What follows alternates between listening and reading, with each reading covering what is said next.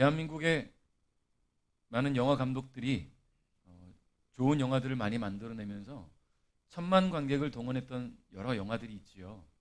저는 영화를 개인적으로 좋아하기 때문에 천만 관객을 동원한 영화들은 거의 다 본 것 같은데 그중에 굉장히 인상 깊게 남아있는 영화가 한 편이 있습니다.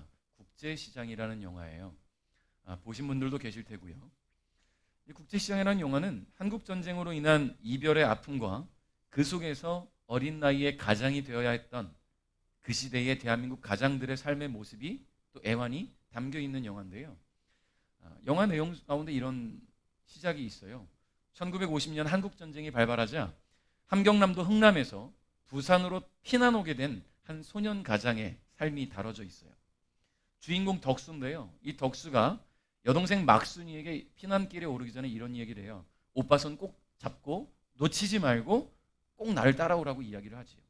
그리고는 부모님과 함께 피난길에 오릅니다. 흥남 부대에 도착했더니 이제 미군들이 함선이 준비되어 있어요. 처음에는 미군 함선이 피난민들을 받아주지 않다가 한국군의 간청에 의해 배를 잠시 정박을 하지요.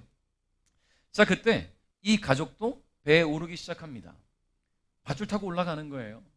이 덕수는요, 장남이다 보니까 여동생 이 막순이를 등에 업고 옷을 이렇게 묶어가지고는 밧줄 타고 올라가요. 근데 그 난리통에 누가 누굴 잡는지 어떻게 하겠습니까? 어떤 어른의 손이 이 막순이의 등에 손이 가게 되고 결국 묶어놓은 옷이 찢겨지면서 막순이는 떨어지게 됩니다. 배에 올라와 보니까 덕수는 혼자예요.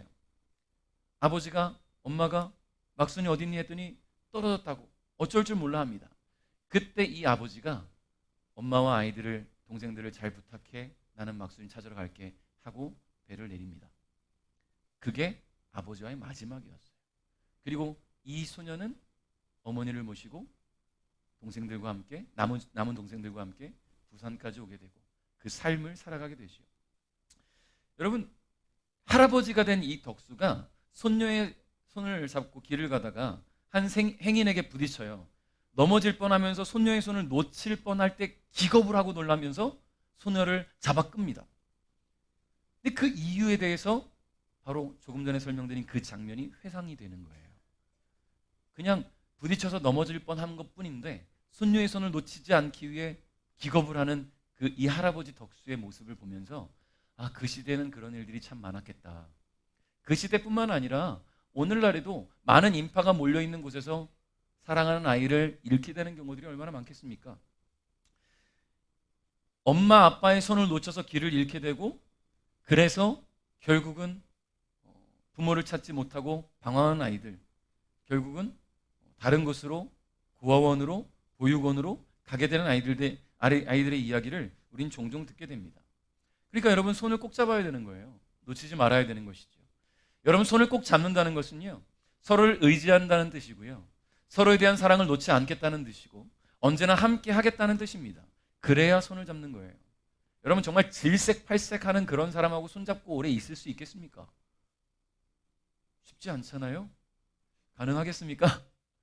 정말로 내가 학창시절에 나를 괴롭히고 아니면 내가 정말 미워했던 누군가를 만나서 그의 손을 잡고 1시간 동안 같이 손을 잡고 있어야 된다. 여러분 쉽지 않아요. 근데 사랑하는 사람의 손을 잡고는요, 하루가 지나도 몰라요. 여러분 그만큼 이 손을 잡겠다는 것은 언제나 함께 하겠다는 뜻입니다. 오늘 여러분은 누구의 손을 잡고 계십니까? 사랑하는 가족들의 손을 잡고 계시겠죠.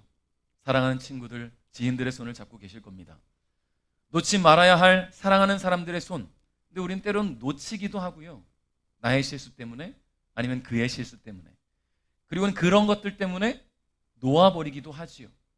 평생 함께 할 거라면 놓치지도 말아야 하고 놓아버리지도 말아야 한다는 것을 우리는 기억해야 합니다. 그런데 오늘 우리가 절대 놓아서는 안 되는 가장 큰 힘이 되고 의지가 되는 큰 손이 있어요. 온 세상의 가장 큰 손, 우리 주님의 손, 그 크고 강한 팔에 우리가 안겨서 주님 손잡고 함께 걸어가는 2023년을 소망합니다. 자, 그래서 주님 손잡고 간다는 것은요, 주님과 동행한다는 의미예요. 함께 간다는 것이죠. 성경에는 수많은 하나님의 사람들에 대한 이야기가 기록되어 있어요. 보통 그 성경의 인물들의 인물들에 대해서 어떤 떠오르는 단어나 사건들이 분명히 있을 겁니다. 그렇죠? 여러분, 아브라함 하면 떠오르는 말이 있을까요? 아브라함은 믿음의 조상. 벌써 딱 나오잖아요. 야곱은 다 알면서 팥죽이 떠오르든지 씨름이 떠오르든지 교활한 자라는 말이 떠오르든지. 자, 그럼 요셉은요? 애굽의 총리. 모세는 출애굽 또는 홍해.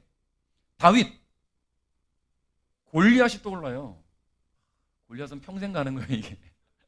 그 돌에 한 번 맞아 죽는 바람에 평생을 그냥 다윗 이름 나올 때마다 떠오르게 되지 않습니까? 여러분, 자, 그렇다면 오늘 본문에 등장하는 이 에녹이라는 인물의 이름을 들을 때 떠오르는 단어가 있습니까? 죽지 않은 사람. 또 하나 있어요. 하나님과 동행한 사람. 너무나 유명해요. 하나는 하나님과 동행한 사람이라는 말, 다른 하나는 죽지 않고 승천한 사람이라는 말이 이 에녹의 주제처럼 따라오는 단어입니다. 여러분, 성경에 죽지 않고 하늘로 올라간 사람이 두 명이 있어요. 하나는 에녹이고요, 또 하나는 엘리야. 여기 한 사람을 더 붙인다면 돌아가셨다가 살아나셔서 그 상태로 하늘로 올라가신 우리 예수님까지. 그러면 이제 본격적으로 우리가 에녹에 대해서 함께 말씀을 나누고자 하는데요. 창세기 5장에는 아담의 자손들의 족보가 기록되어 있고 그 가운데 에녹의 이름이 등장하는 것이 오늘 18절에 처음 나와요. 18절에 어떻게 등장하는지 한번 보겠습니다. 시작. 야렛은 162살에 에녹을 낳았습니다. 아멘. 자, 에녹은 그의 아버지 야렛이 162세에 낳은 아들이에요. 162세, 벌써 여기서 헛웃음이 나오지 않습니까? 162세. 우리 베델교회의 최고 어른은 지금 현재 우리 최문산 집사님, 지금 2023년이 돼서 우리가 나이가 2살씩 줄었죠? 네. 그럼 집사님 이제 올해 90 되셨습니다. 축하드립니다. 원래는 92세가 돼야 되는데, 자, 아직 만으로 생신이 아직 안 지났기 때문에 90세가 되셨어요. 자, 90세. 저희한테는 굉장히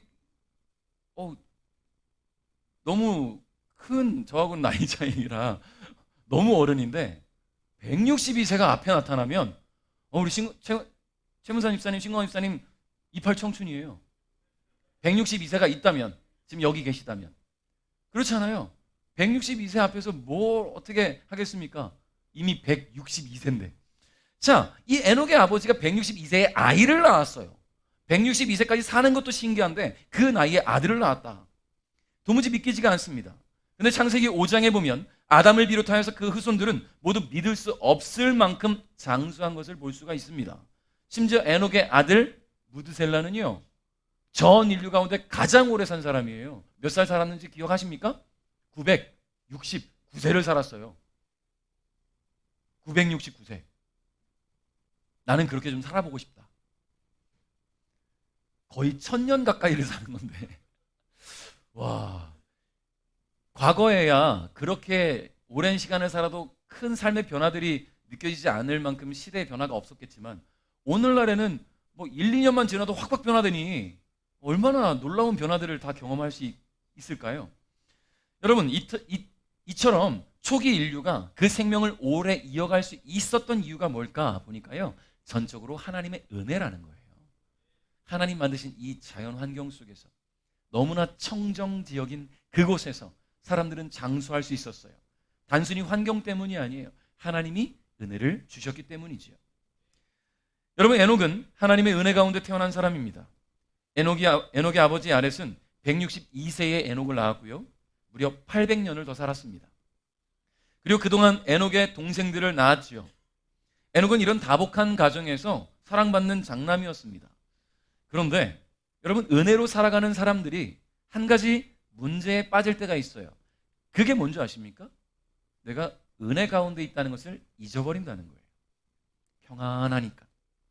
평안함이 지속될 때 그것이 주님 주시는 평안이며 그것이 보호하시는 주님의 은혜라는 것을 종종 잊고 살게 된다는 것이죠.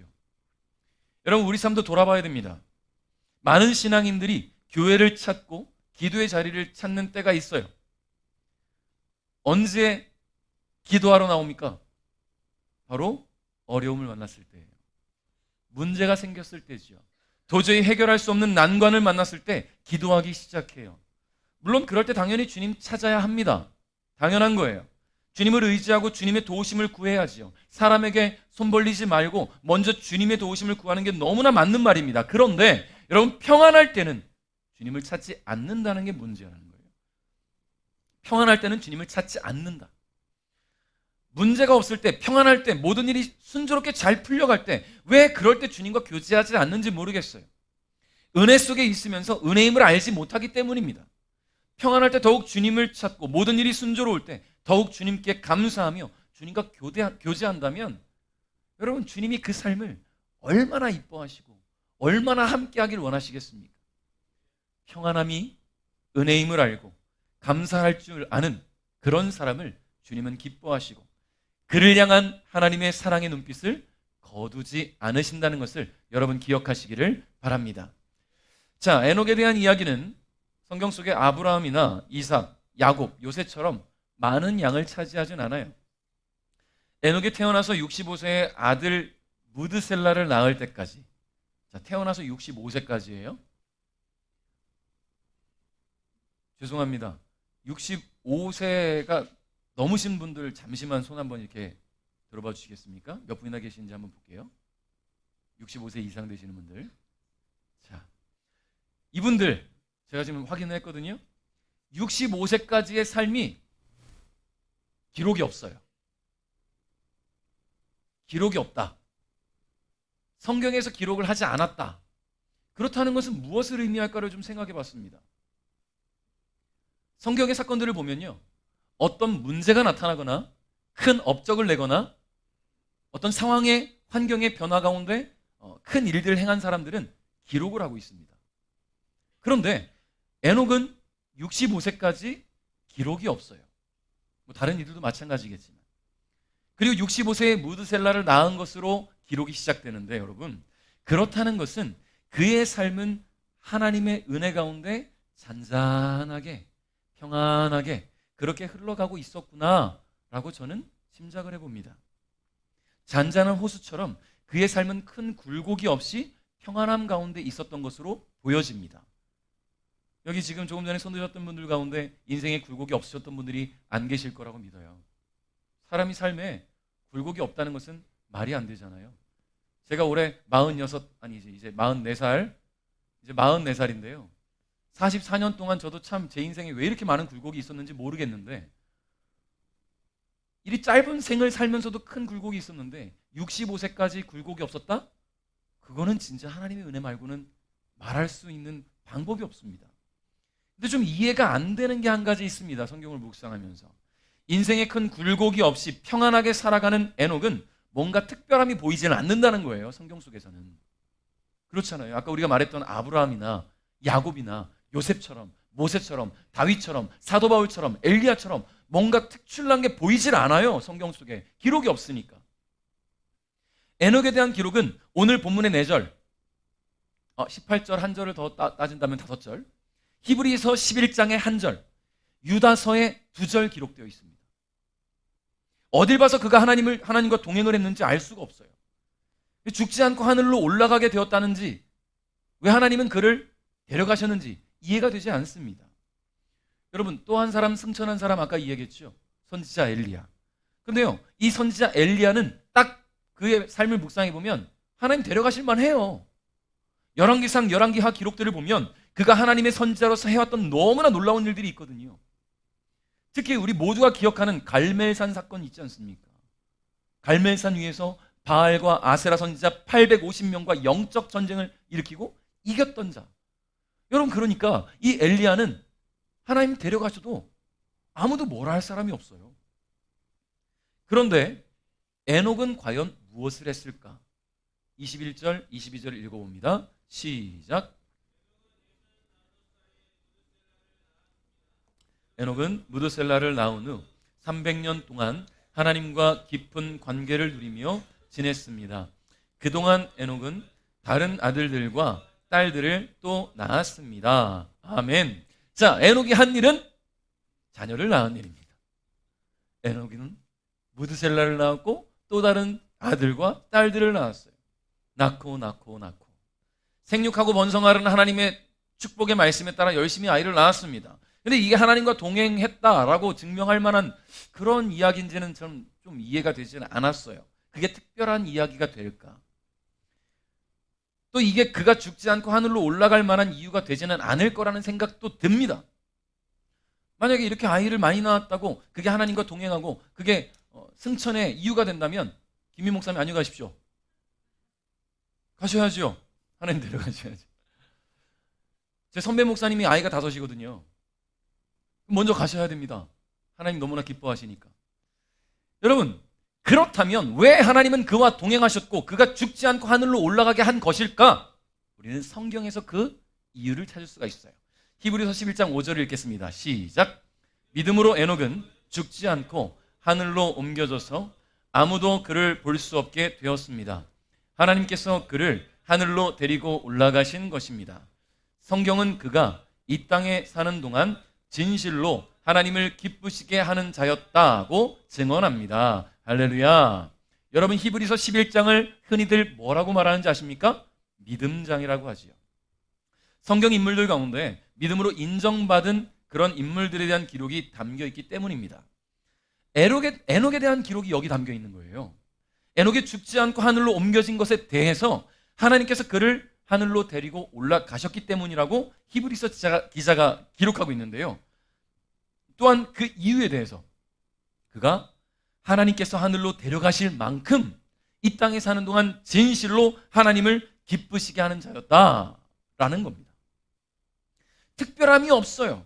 너무나 평범한 사람이었던 이 에녹이 하나님을 기쁘시게 하는 삶을 살았다는 거예요. 너무나 평범한데, 누가 봐도 무난한 삶인데 하나님을 기쁘시게 했다. 여러분, 그렇다면 하나님은 어떤 사람을 기뻐하실까요? 이게 오늘 우리가 기억해야 될, 생각해 봐야 될 문제 아닙니까? 평범한 에녹조차도 하나님과 동행했다고 하는데 그럼 어떤 사람이 하나님 기뻐하시는 사람인가? 너무나 특별해서 모든 행하는 일들이 주님의 영광이 되고 주를 위한 수많은 업적을 만들어낸 사람 하나님 기뻐하실까요? 기뻐하시겠죠. 주님을 위해 일했는데. 말주변이 좋고 대인관계가 좋아서 수많은 사람들에게 복음을 전해서 많은 영혼들을 주님께로 끌어냈다. 하나님 기뻐하실까요? 기뻐하시죠, 당연히. 아름다운 찬양을 만들어내고 깊은 울림이 있는 소리로 하나님께 영광 돌리면 주님이 기뻐하실까요? 당연히 기뻐하시죠. 하나님은 그런 자를 기뻐하셔요. 주님을 위해 일하고 주님의 영광을 위해 일하고 수많은 업적을 만들어내는 그런 이들 주님 당연히 기뻐하실 겁니다. 많은 이들에게 복음을 전하는 자를 기뻐하시고 아름다운 찬양으로 주님께 영광 돌리는 사람을 주님은 기뻐하세요. 그런데 우리가 돌아봐야 하는 것이 하나 있습니다. 그런 특별함이 없다 할지라도 하나님을 기쁘시게 할 수 있다라는 이야기예요. 이게 오늘 우리가 기뻐할 수 있는 이야기입니다. 하나님은 우리가 생각하는 관점과 너무나 달라요.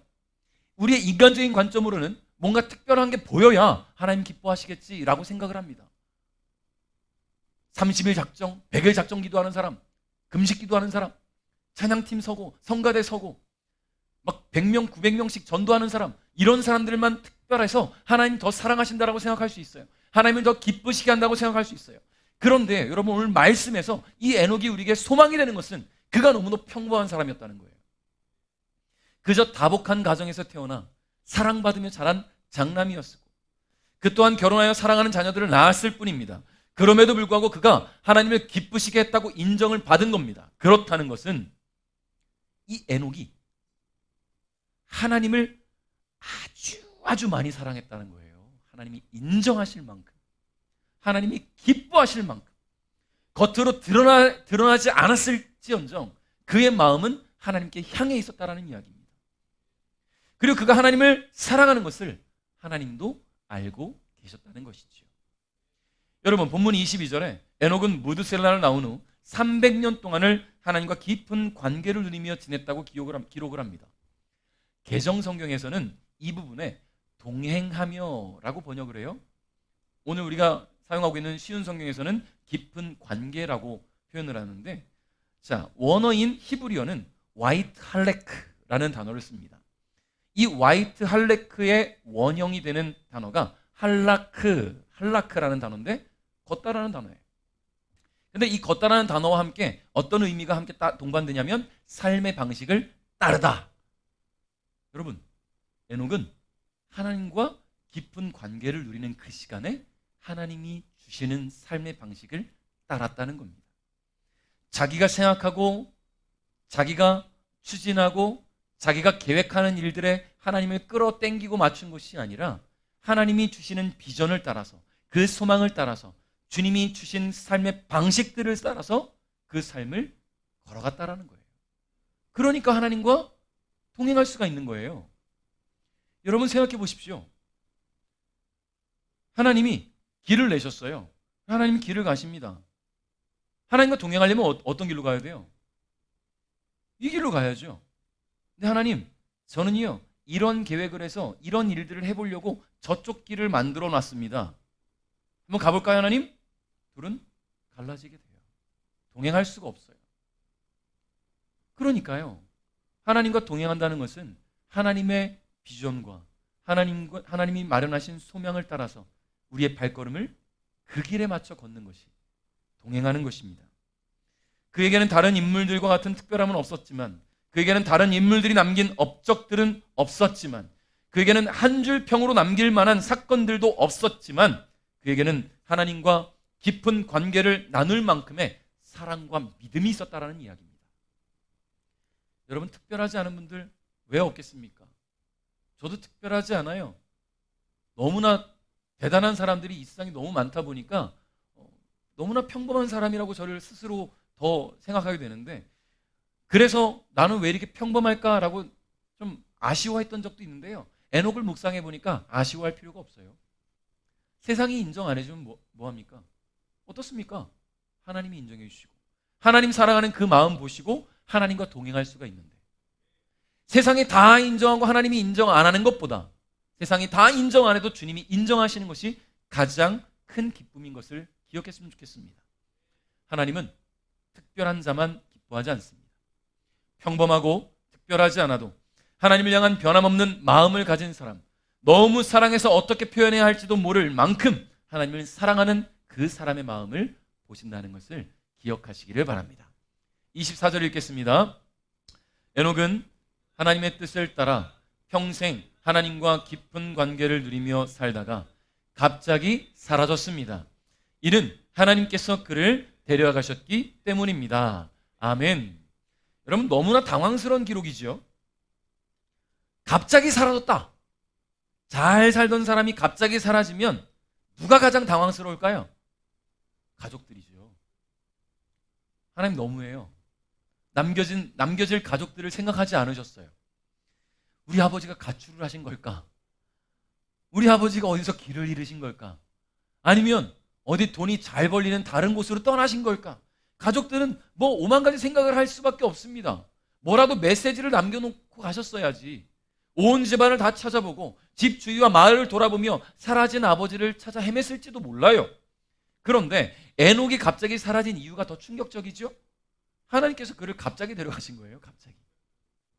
에녹이 사라진 그때 하나님께서 남겨지는 가족들을 위해 메시지를 남겨주셨다면, 그럼 모르겠네요. 성경에 기록되어 있지 않으니까 가족들에게 어떤 메시지를 남겼는지. 그런데 마치 너무너무 사랑해서 납치라도 해가듯이 하나님은 무려 에녹과 300년 동안 동행하면서 깊은 관계를 누렸음에도 불구하고 더 많은 교제를 원하셔서 데려가신 거예요. 남겨질 가족들 생각도 안 하시고 데려가신 거예요. 이런 거 보면 하나님 되게 이기적인 것처럼 느껴지지만 그만큼 하나님의 사랑은 진심이라는 거예요. 할렐루야. 여러분, 사랑하면 손잡고 싶지요? 사랑하면 안아주고 싶지요? 사랑하면 계속 같이 있고 싶어요. 떨어져 있으면 그 사람만 생각나고 대화하면 시간 가는 줄 모르지요. 사람이 가지고 있는 이런 마음들, 사랑의 마음들이 다 어디서 왔습니까? 하나님께로부터 온 거예요. 하나님께로부터. 하나님은 사랑하면 이렇게 뜨겁게 사랑하신다는 것을 여러분 기억하시기 바랍니다. 히브리서 11장 5절을 통해 하나님의 관점에서 에녹이 어떤 사람이었는지 우리 함께 살펴보았잖아요.